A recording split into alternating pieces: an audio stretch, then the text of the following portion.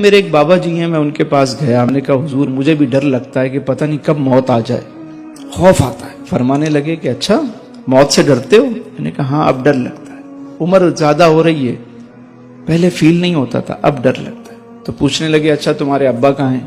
میں نے کہا وہ تو چلے گئے۔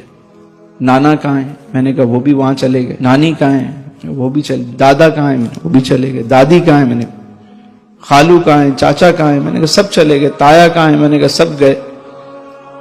کہنے لگے تو پھر ڈر کس بات کا؟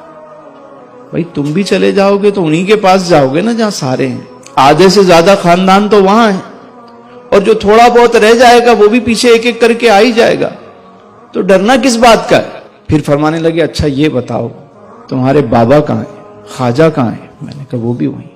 غوث کہاں ہیں؟ میں نے کہا وہ بھی وہیں ہیں۔ میں نے پھر ڈر کس بات کا؟ پھر ڈر کس بات کا؟ کہنے لگے ایک نسخہ بتاؤں آپ کو؟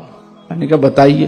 انہوں نے ایک نسخہ دیا مجھے، وہ میں چاہتا ہوں آج آپ کو بھی دے دوں، اور اس پہ عمل کر کے دیکھیں، آپ کو بہت لطف آئے گا۔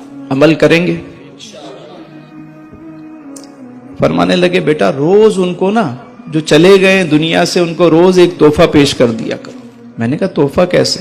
کہنے کوئی گفٹ بھیجا کرو۔ گفٹ؟ میں نے کہا گفٹ کون سا؟ ٹی سی ایس سے بھیجوں؟ کہاں سے بھیجوں؟ کون لے کے جائے گا؟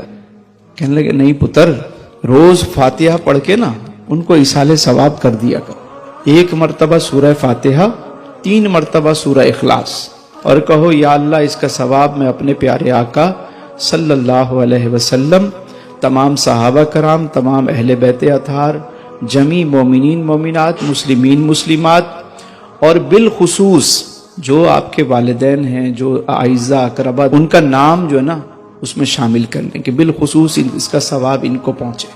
اب یہ روز ایصال ثواب آپ کرتے رہو۔ تو میں نے کہا اس سے کیا ہوگا؟ کہنے لگے کہ اچھا یہ بتاؤ کہ اگر تمہارا کوئی دوست ہو لاہور میں اور کراچی میں تمہیں روزانہ وہ گفٹ بھیجے، تم آفس پہنچو تو وہاں گفٹ رکھا ہوا ہو، تم گھر پہ ہو تو وہ گھر پہ تحفہ روز آئے، ڈیلی پارسل آ رہا ہے، کیا ہوگا؟ میں نے کہا میں تو بڑا خوش ہوں گا۔ کہنے لگے کہ روزانہ وہ دوست تمہیں تحفہ بھیجتا ہے، ایک بہترین بکے ہے، خوبصورت بکے آتا ہے، گفٹ آتا ہے، آپ روزانہ اس کو انجوائے کرتے ہو، اور ایک دن آپ کو پتا چلے کہ آپ کا وہ دوست جو لاہور میں ہے، جو روزانہ آپ کو تحفہ بھیجتا ہے، آج وہ خود آ رہا ہے، آپ کیا کرو گے؟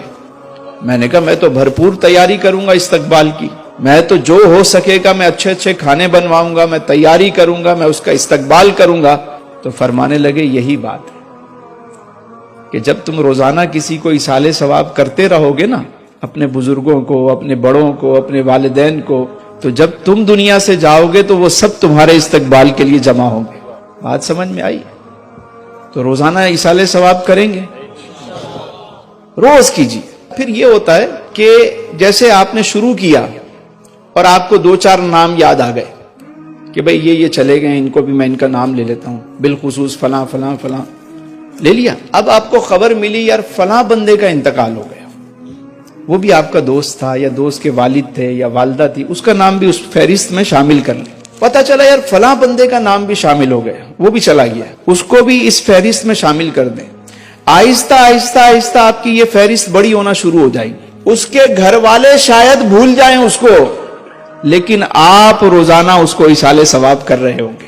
اور جب ایسا بندہ دنیا سے جاتا ہے نا، جو سب کے لیے ایصال ثواب کرتا رہتا ہے، نماز پڑھتا رہتا ہے، نیک کام کرتا رہتا ہے، نیک انسان جب دنیا سے جاتا ہے تو پاک فرشتے، وہ معصوم فرشتے پوری جماعت کی صورت میں آتے ہیں، اس کا استقبال کرتے ہیں، اس کو پورے طریقے سے پروٹوکول سے لے کے جاتے ہیں۔ قرآن کریم کہتا ہے یا ایتھا النفس المطمئنہ ارجعی الی ربک راضیۃ مرضیہ فادخلی فی عبادی وادخلی جنتی۔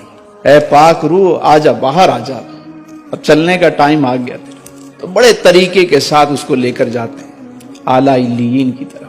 اچھے کام کا ہمیشہ اچھا نتیجہ ہے، موت بھی اچھی ہو جائے گی اور زندگی بھی اچھی ہو جائے گی۔ اللہ تعالیٰ آپ سب کو آسانیاں عطا فرمائے اور آسانیاں تقسیم کرنے کا شرف عطا فرمائے۔